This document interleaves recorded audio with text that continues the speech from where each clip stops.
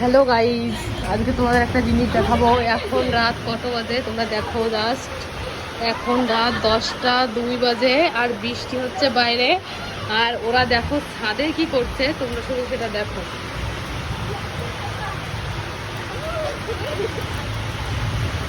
Guys দেখো guys,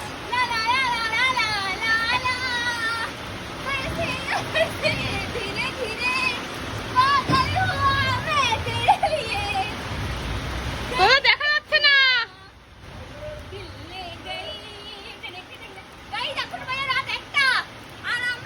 10টা বাজে, 10টা।